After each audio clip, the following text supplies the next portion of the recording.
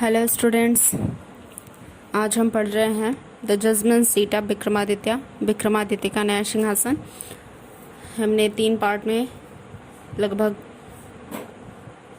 1/3 chapter ख़त्म कर लिया है, जिसमें हम देखते हैं कि विक्रमादित्य का जो महल नष्ट होकर चारागाह बन गया है, वहाँ के कुछ लड़के उस सिंहासन पर बैठ जाते हैं, उस टीले पर, कचरे में। फिर भी वो उनकी आत्मा जो है, विक्रमादित्य की न्याय की आत्मा उसमें उतर आती है और वो बहुत ही जटिल झगड़ों को बड़ी आसानी से सुलझाता है। और यहाँ तक कि बड़े बड़े आदमी और औरतें, बुजुर्ग लोग भी अपने झगड़े उसके पास लेकर जाते हैं। और किसी तरह से ये जो कहानी है, वहाँ का जो प्रेजेंट का, जो वर्तमान में राजा है, उसको पता चलती है, तो वो उस जगह की खुदाई करवाता है, उस चारागाह की, और उसे विक्रमादित्य का सिंहासन मिल गया है। और वो अपने उस सिंहासन को अपने भवन में लाया है और अपनी प्रजा को 3 दिन तक उपवास और प्रार्थना करने के लिए कहता है, और चौथे दिन वो सिंहासन पर बैठेगा। यहाँ तक हमने पढ़ा था। और आगे हम देखते हैं कि कैसे वो उपवास के बाद चौथे दिन सबके सामने जो बैठने के लिए सिंहासन पर लाया है, बैठने जाता है। फिर क्या होता है, किस तरह से सिंहासन के जो देवदूत हैं वो लोग कैसे उससे प्रश्न करते हैं। तो चलिए हम स्टार्ट करते हैं अपना पढ़ना।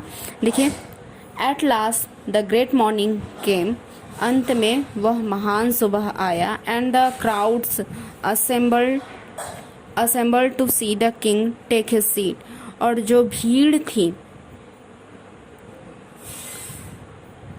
राजा को सिंहासन पर बैठे हुए देखने के लिए एकत्रित हुई थी। Walking through the long haul came the जजेस and priestess of the kingdom, followed by king. Then as they reached the seat of judgment, they parted into 2 rows. The king walked up in the middle, bowed his head in reverence, and went straight to the marble slab.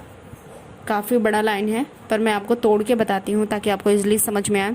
देखिए, कह रहा है walking through a long haul, एक लंबे हाल से चलते हुए, the जज एंड प्रिस्ट, जो न्यायाधीश और पुजारी हैं, राज्य के जो न्यायाधीश और पुजारी हैं, आगे आगे आते हैं। फॉलोड बाय द किंग, राजा उनके पीछे हैं। आगे कह रहा है कि then as they reached the seat of judgement, और जैसे ही वे न्याय सिंहासन के, विक्रमादित्य के न्याय सिंहासन के पास पहुंचते हैं, दे पार्टेड इनटू 2 रोज, वे 2 भागों में बट जाते हैं। मतलब वो एक कतार में आ रहे होंगे, और जैसे ही सिंहासन के पास आते हैं तो आधी भीड़ एक साइड हो जाती है, आधी भीड़ दूसरे साइड हो जाती है। तो वही कह रहा है कि दे पार्टेड इनटू 2 रोज, वे 2 कतारों में बट जाते हैं। आगे कह रहा है the king walked up in the middle, राजा बीच से होकर चलते हैं। Bowed his head in reverence and went straight the marble, कह रहा है कि उसने आदर के साथ अपना सिर झुकाया, राजा ने सिंहासन के। आगे कह रहा है कि went straight to the marble slab, और सीधे संगमरमर की पटिया के पास गया। आगे देखिए, When the king was about to sit on the throne, जब राजा लगभग थ्रोन माने सिंहासन पर बैठने वाले थे, one of the angels began to speak, उनमें से देवदूतों में से एक देवदूत जो है बोलना शुरू किया। स्टॉप, रुको। It said, उसने कहा, Do you think that you are worthy to sit on the judgment seat of Vikramaditya? क्या आप सोचते हैं कि आप विक्रमादित्य के न्याय सिंहासन पर बैठने के योग्य हैं? Have you never desired to rule over kingdoms that were not your own? क्या आपने कभी भी उन राज्यों पर राज्य करने की या शासन करने की इच्छा जाहिर नहीं की जो आपके नहीं हैं? For a while, the king could not think of an answer. कह रहा है कि कुछ क्षण के लिए राजा कोई उत्तर नहीं सोच सके। He knew his life was unjust. वह जानते थे कि उनका जो जीवन है दोषपूर्ण है या अन्याय से भरा हुआ है। आगे करा है आफ्टर अ लॉन्ग साइलेंस, लंबे समय की चुप्पी के बाद, ही स्पोक, वह बोले, नो नहीं, ही सेड, उन्होंने कहा, आई एम नॉट वर्दी, मैं योग्य नहीं हूँ, go then and fast and pray for 3 days, जाओ और 3 दिन के लिए प्रार्थना करो और उपवास करो, सेड टू द एंजल्स, देवदूत ने कहा, so that you may purify your self, इसलिए आप अपने आप को शुद्ध कर सको या पवित्र कर सको। एंड कह रहा है कि be worthy to sit on throne, और सिंहासन पर बैठने के योग्य हो जाओ। With these word it spread its wings and flu away, उसने अपने पंखों को फैलाया और उड़ गया। द किंग प्रिपेयर्ड हिमसेल्फ, राजा ने स्वयं को तैयार किया। With prayer and with fasting, प्रार्थना के द्वारा और उपवास के द्वारा, टू कम अगेन, दोबारा आया, and sit on the judgement seat of Vikramaditya, Vikramaditya के सिंहासन पर बैठने के लिए। But this time again the same thing happen, लेकिन इस बार भी पहले जो घटना हुआ था वही घटा। Another stone angel asked him, दूसरे पत्थर के देवदूत ने उससे पूछा, if he had never desire to possess the riches of others,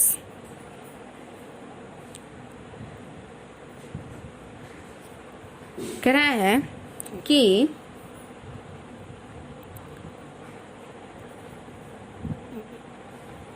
another stone angel asked him, दूसरे पत्थर के देवदूत ने उससे पूछा कि if he had never desired to possess the riches of others, कह रहा है कि क्या कभी उसने दूसरे के धन को लेने की इच्छा नहीं की है, यानी दूसरे के धन पर अपना अधिकार जमाने की इच्छा नहीं की है। The king admitted that he had done so, राजा ने एडमिटेड माने स्वीकार किया कि उसने ऐसा किया है, एंड माने और therefore he was not worthy to sit on the judgement seat, इसलिए वह न्याय सिंहासन पर बैठने के योग्य नहीं है। इन दिस वे, इस तरह, whenever the king tried to occupy the throne, राजा ने जब कभी भी न्याय सिंहासन पर अकुपाई माने ग्रहण करना होता है, तो कह रहा है कि राजा ने जब कभी भी न्याय सिंहासन पर या सिंहासन पर बैठना चाहा, he was questioned by an angel, तो उससे पत्थर के देवदूतों द्वारा प्रश्न पूछा जाता था, and he had to withdraw, और उसे विथड्रा माने वापस आना पड़ता था। आगे देखिए,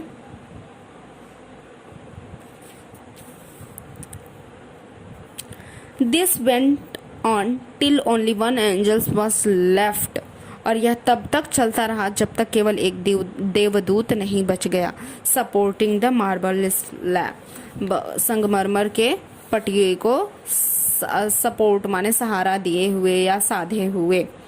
the king went near the throne with great confidence, for he felt sure of being allowed to take his place that day.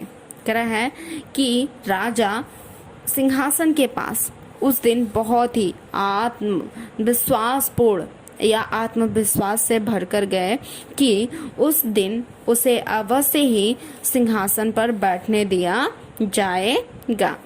But as he came near the seat, लेकिन जैसे ही वह सिंहासन के पास आया, द लास्ट एंजल स्पोक, अंतिम देवदूत ने उससे पूछा, कहा, are you then perfectly pure in heart O king, हे राजन, क्या आप हृदय में पूरी तरह से या पूर्ण रूप से आपका हृदय शुद्ध है, पवित्र है?